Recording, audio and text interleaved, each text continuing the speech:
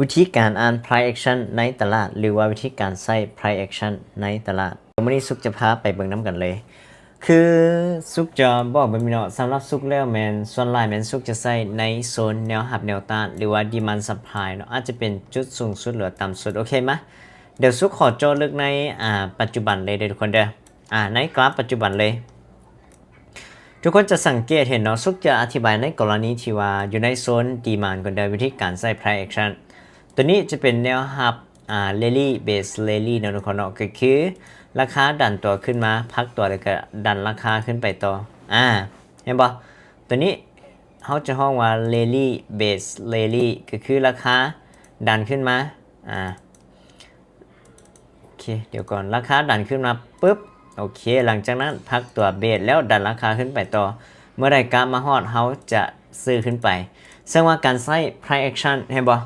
คือทุกคนจะสังเกตเห็นเลยเนาะหลังจากที่ว่ามันสร้างดีมานด์สุดนี้ไว้เห็นบ่ลงมาปุ๊บ price action ก็คือแท่งเทียนแท่งนี้แหละเขาจะห้องว่า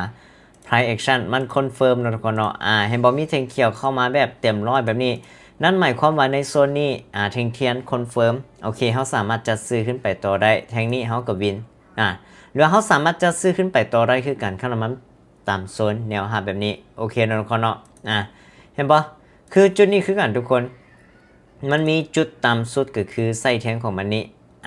เห็นบ่ตัวนี้คือการหลังจากที่ว่ากราฟมันเน่งไปเน่งมาเนาะทุกคนเนาะเคลื่อนที่ขึ้นไปขึ้นมาปุ๊บมาฮอดโซนนี้ปุ๊บเห็นบ่ทุกคนจะเห็น price action ก็คือแทงเทียนแทงเขียวก่อนหน้านี้มันกลืนกินแทงแดงแสดงว่ามันเป็นแทง engulfing เขาสามารถจะซื้อขึ้นไปต่อได้เลยโอเคเนาะทุกคนเนาะเห็นบ่ตัวนี้จะเป็นในกรณีที่ว่ามันเป็นเทรนหรือว่าตัวนี้จะเป็นในกรณีที่ว่ามันต่ำโซนดีมานด์นะทุกคนเนาะวันนี้เรามาเบิ่งในโซนซัพพลายเลยทุกคนก็คือจุดสูงสุดนะทุกคนเนาะโอเคมาเดี๋ยวซุกขอเบิ่งพฤติกรรมของแท่งเทียนกันเด้อโอเคเนาะเบิ่งอยู่ในปัจจุบันนี้มีบ่ปัจจุบันก็มีคือกันนะทุกคนเนาะปึ๊บเดี๋ยวก่อนซึ่งมาเป็นจุดสูงสุดคือกันเห็นบ่จุดนี้ทุกคนจุดนี้เลยปึ๊บโอเควันนี้เรามาเบิ่งในกรณีที่ว่ามันต่ำซัพพลายหรือว่าแท่งคอนเฟิร์มในโซนซัพพลายโซนทุกคนเนาะก็คือจุดสูงสุดเห็นบ่เขาจะใส่แท่งเทียนส่วนหลายแม่นซุกจะใส่แต่ engulfing กับพินบาร์ทุกคนเด้อแท่ง engulfing แนวใดในกรณีที่เป็นแท่งขาขึ้นแน่นอนสมมุติว่าแท่งนี้มันเป็นแท่งแดงทุกคนแท่งนี้เป็นแท่งแดงปึ๊บโอเคนะทุกคนเนาะแท่งนี้มันเป็นแท่งแดงทุกคนเด้อและมีแท่งเขียวเข้ามาเห็นว่าซุกจะใส่แต่2อันนี้เลยก็คือ engulfing นะทุกคนเนาะมันกลืนกินแท่งแดงก่อนหน้านี้เห็นว่าแท่งเขียวนี่กลืนกินแท่งแดงก่อนหน้านี้ในกรณีเป็นแท่งขาลงเด็กคือการส่วนแท่งนี้เป็นแท่งเขียวและก็แท่งนี้เป็นแท่งแดงมันสามารถกลืนกินแท่งแดงก่อนหน้านี้โอเคเขาจะห้องว่า engulfing นะทุกคนเนาะตัวนี้จะกลืนกินแทงเขียวก่อนนั้นเป็นแทงแดงนะทุกคนเนาะและอีกแทงหนึ่งก็คือแทงค้นตีหรือว่าแทงพินบาร์ที่ว่าสุกมักใส่จะมีแต่4แทงนี้แหละทุกคนเมื่อใดก็ตาม4แทงนี้ถ้าหากว่ามันเกิดอยู่ในโซนแนวรับแนวต้านหรือว่า price action ตัวนี้แหละมันเกิดอยู่ในโซนแนวรับแนวต้านสุกจะจัดซื้อจัดขายทันทีโอเคนะทุกคนเนาะเห็นบ่โอเคทุกคนจะสังเกตเห็นนะทุกคนเนาะคือเห็นว่าโซนนี้มันเป็นโซนแนวต้านเหมือนทุกคนปึ๊บโซนแนวต้านปึ๊บมันเคยสร้างไว้แล้วกราฟเห็นว่ามันเคลื่อนที่มาหาโซนแนวต้านเก่าของมันปึ๊บจุดนี้ถามว่ามันเป็น engulfing บ่ก็เป็นอยู่นะทุกคนเนาะเห็นบ่ที่ว่าเป็น engulfing ในกรณีที่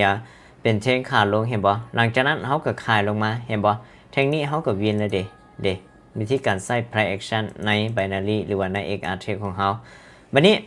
มาเบิ่งอีกกรณีทีนึงทุกคนจะสังเกตเห็นเลยเนาะทุกคนเนาะสมมุติว่าในกรณีนี้ปึ๊บเห็นบ่ทุกคนในกรณีนี้ตัวนี้มันก็เป็นแนวต้านคือกันทุกคนเห็นบ่แนวต้านจุดสูงสุดตัวนี้มันเคยสร้างแนวต้านไว้จุดนี้เนาะทุกคนเนาะปึ๊บเห็นบ่เคยสร้างไว้แนวต้านณจุดนี้หลังจากนั้นมันมาต่ำโซนนี้ปุ๊บก็คือโซนเก่าของมันเห็นบ่มันเคลื่อนที่ลงมาแล้วขึ้นมาต่ำปุ๊บแท่งเทียนเกิดเป็น engulfing แบบนี้เห็นบ่ มันกลืนกินแทงเขียวก่อนหน้านั้นออเดอร์นี้เขาก็จัดขายลงมาก็ถือว่าวินไปเด้ส่วนหลายเมนซุกจะใส่ในโซนแนวรับแนวต้านจะได้ผลที่สุดนะทุกคนเนาะเห็นบ่จุดนี้คือกันมันเป็นแนวต้านทุกคนปึ๊บโซนแนวต้านปึ๊บเห็นบ่มันต่ำปึ๊บแทงเทียนคอนเฟิร์มเห็นบ่เอ็นกราฟิงเข้ามาเขาก็จัดขายลงมาแทงนี้เขาก็วินไปเด้ส่วนหลายขนาดอยู่ในโซนแนวต้านได้ทุกคนได้โอเคนะทุกคนเนาะประมาณนี้สำหรับวิธีการใส่ price action ใน binary option หรือว่าโซนแนวรับคือการสมมุติว่าเนาะทุกคนจะสังเกตเห็นบ่คือเห็นบ่คือโซนนี้มันเป็นจุดต่ำสุดนะทุกคนเนาะปึ๊บจุดต่ำสุดในกรณีที่ว่าอยู่ในโซนแนวรับหลังจากที่มันมาต่ำปึ๊บทุกคนจะสังเกตเห็นเลยว่ากราฟนี่เห็นบ่มีแทงเขียวกลืนกินแทงแดงก่อนหน้านี้นั่นหมายความว่า price action confirm แล้วเห็นบ่ฉะนั้นเขาก็จะซื้อขึ้นไปแทงนี้เขาก็วินไปเด้มันจะเป็นแบบนี้เลยทุกคนเห็นบ่คือจุดนี้คือการมันเป็นโซนแนวรับนะทุกคนเนาะปึ๊บหลังจากนั้น price action confirm ก็คือแทงพินบาร์ตัวนี้มันเป็นแทงคนตีเด้ที่ว่าซุปบอกให้ใส่อีก2อันปึ๊บ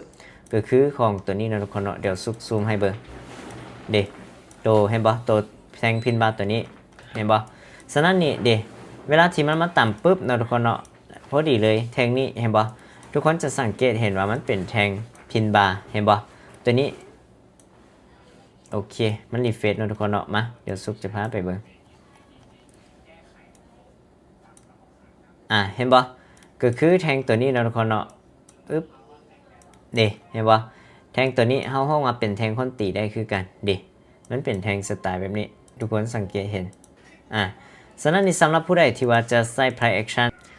สามารถใส่ price action 4อันนี้ได้เลยเพราะว่าเป็น price action ที่ว่าเห็นผลดีทุกคน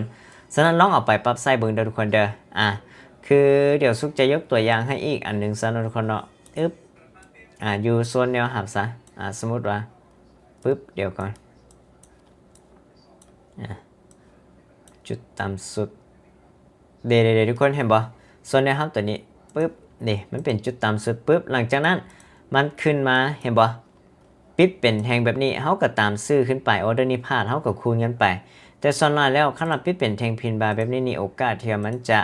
ดันราคาขึ้นไปตัวนี้มีหลายอยู่ฉะนั้นนี่ซุกอยากให้ใส่ price action ในกรณีที่เป็นโซนในการเข้าหาจุดแบบนี้ซุกบอกได้เลยว่าอัตราวินเลทสูงฉะนั้นสำหรับคนใดที่จะนำไปใส่ก็ลองนำไปปรับใส่เบิ่งเด้อทุกคนเด้อ